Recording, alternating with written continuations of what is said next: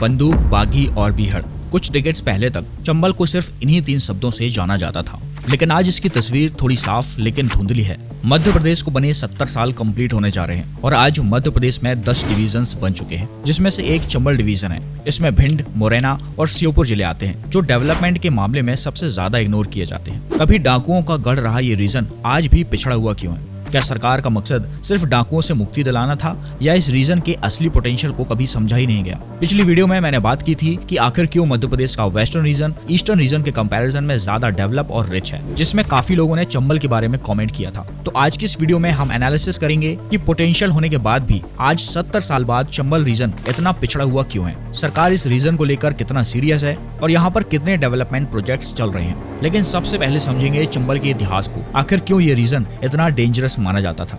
Chapter 1।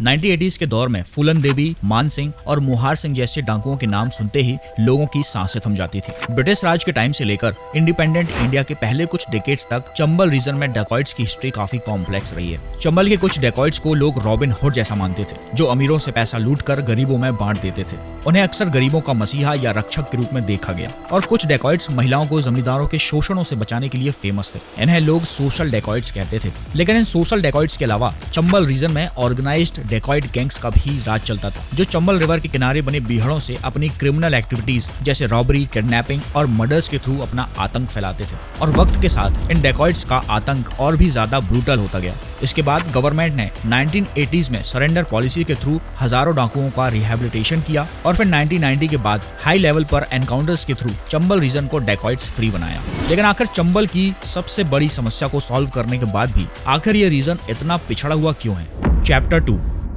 1980 में मध्य प्रदेश के 3 जिले भिंड, मुरैना और श्योपुर को मिलाकर चंबल डिवीजन बनाया गया था। ये तीनों जिले मध्य प्रदेश की उत्तरी सीमा बनाते हैं। श्योपुर राजस्थान के साथ, मुरैना राजस्थान और उत्तर प्रदेश के साथ और भिंड उत्तर प्रदेश के साथ अपनी बॉर्डर शेयर करता है। ये तीनों जिले मध्य भारत के पठार का हिस्सा हैं, जो मध्य प्रदेश का 10.7% एरिया कवर करता है।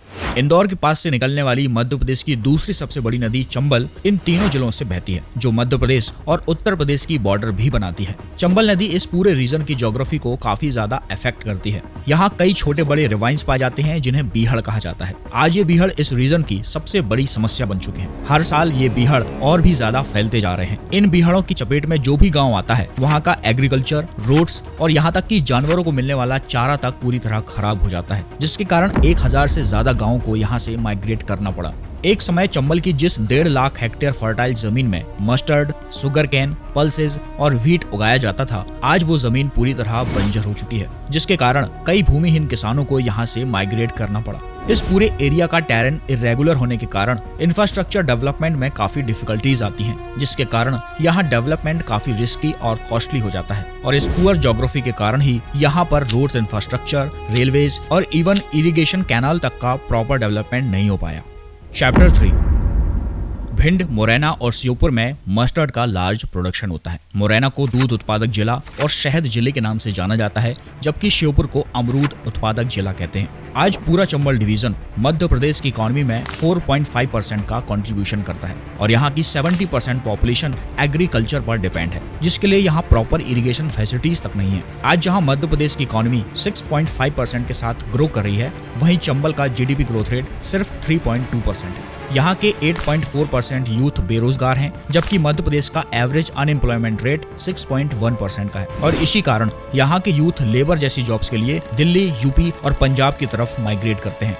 चैप्टर 4। चंबल रीजन सिर्फ इकोनॉमिकली वीक नहीं है, बल्कि यहाँ की हेल्थ केयर फैसिलिटीज तो और भी ज्यादा बदतर है। श्योपुर मध्य प्रदेश का सबसे कुपोषित जिला है, जिसके कारण इसे इंडिया का इथोपिया कहा जाता है। यहाँ आज भी कुपोषण और हेल्थ केयर फैसिलिटीज की कमी के कारण बच्चों की मौत हो जाती है। दी वायर के एक न्यूज आर्टिकल के अकॉर्डिंग फरवरी के महीने में इन जिलों के लोग फसल काटने के लिए आसपास के जिलों या राज्यों में माइग्रेट करते हैं और जून जुलाई तक वापस आते हैं। इन 5 महीनों में उनके बच्चों को कुपोषण पूरी तरह जकड़ लेता है। हालांकि कुछ सालों में कुपोषण के मामलों में काफी कमी देखने को मिली है, लेकिन फिर भी पुअर हेल्थ इंफ्रास्ट्रक्चर के कारण चंबल हमेशा चर्चा में रहता है। यहाँ के कुछ डिस्ट्रिक्ट हॉस्पिटल बस एक शो पीस बनकर रह गए हैं। यहाँ किसी भी पेशेंट के आने पर उन्हें दूसरे हॉस्पिटल तक रेफर कर दिया जाता है, जबकि हर महीने इन हॉस्पिटल्स में करोड़ों रुपए दवाइयों, मशीनों और मेंटेनेंस के नाम पर खर्च किए जाते हैं, लेकिन इसका फायदा आम जनता को नहीं मिल पाता।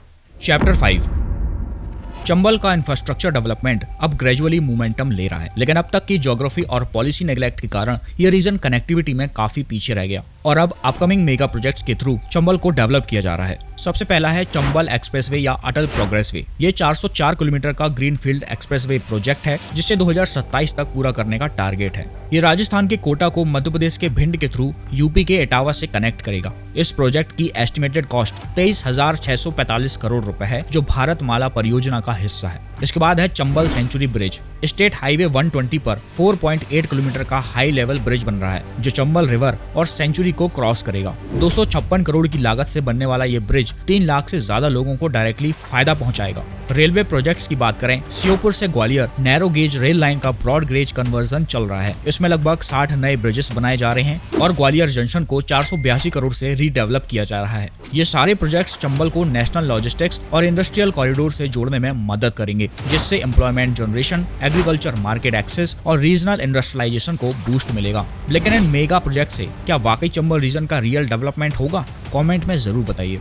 चैप्टर 6, चंबल के पास काफी पोटेंशियल है। रिवाइन रिकल्मिनेशन के लिए world bank supported pilot projects चल रहे हैं। मुरैना और श्योपुर में ग्रीन हाइड्रोजन और सोलर एनर्जी हब्स डेवलप किए जा सकते हैं। चंबल टूरिज्म सर्किट के थ्रू इको टूरिज्म और एम्प्लॉयमेंट जनरेट किया जा सकता है और डिफेंस कॉरिडोर में चंबल रीजन को इंटीग्रेट करने की संभावनाएं हैं। लेकिन इसके लिए proper planning, policy implementation, political support और ग्रास रूट लेवल पर एग्जीक्यूशन की जरूरत होगी। चंबल जो कभी बंदूकों का गढ़ था, आज भी बदल सकता है। एक्सप्रेसवे डेवलपमेंट और बेटर हेल्थ केयर के साथ साथ एग्रीकल्चर, टूरिज्म और इंडस्ट्रियल डेवलपमेंट के जरिए भी इस रीजन को नए विकास पथ पर लाया जा सकता है। खासकर ऑर्गेनिक फार्मिंग, इको टूरिज्म और एग्रो बेस्ड इंडस्ट्रीज के लिए चंबल में जबरदस्त पोटेंशियल है। अगर आप चंबल से हैं तो कमेंट में जरूर बताइए कि कौन से रीजनल इश्यूज या चैलेंजेस हैं जो मैंने कवर नहीं किए। शायद आपके जिले या गाँव की कोई खास समस्या हो जो हमारी नजर से छूट गई हो। और अगर आप चाहते हैं कि चंबल भी मध्य प्रदेश का ग्रोथ इंजन बने तो कमेंट में #डेवलप चंबल जरूर लिखें और वीडियो को ज्यादा से ज्यादा लोगों के साथ शेयर करें। मिलते हैं नेक्स्ट वीडियो में। जय हिंद।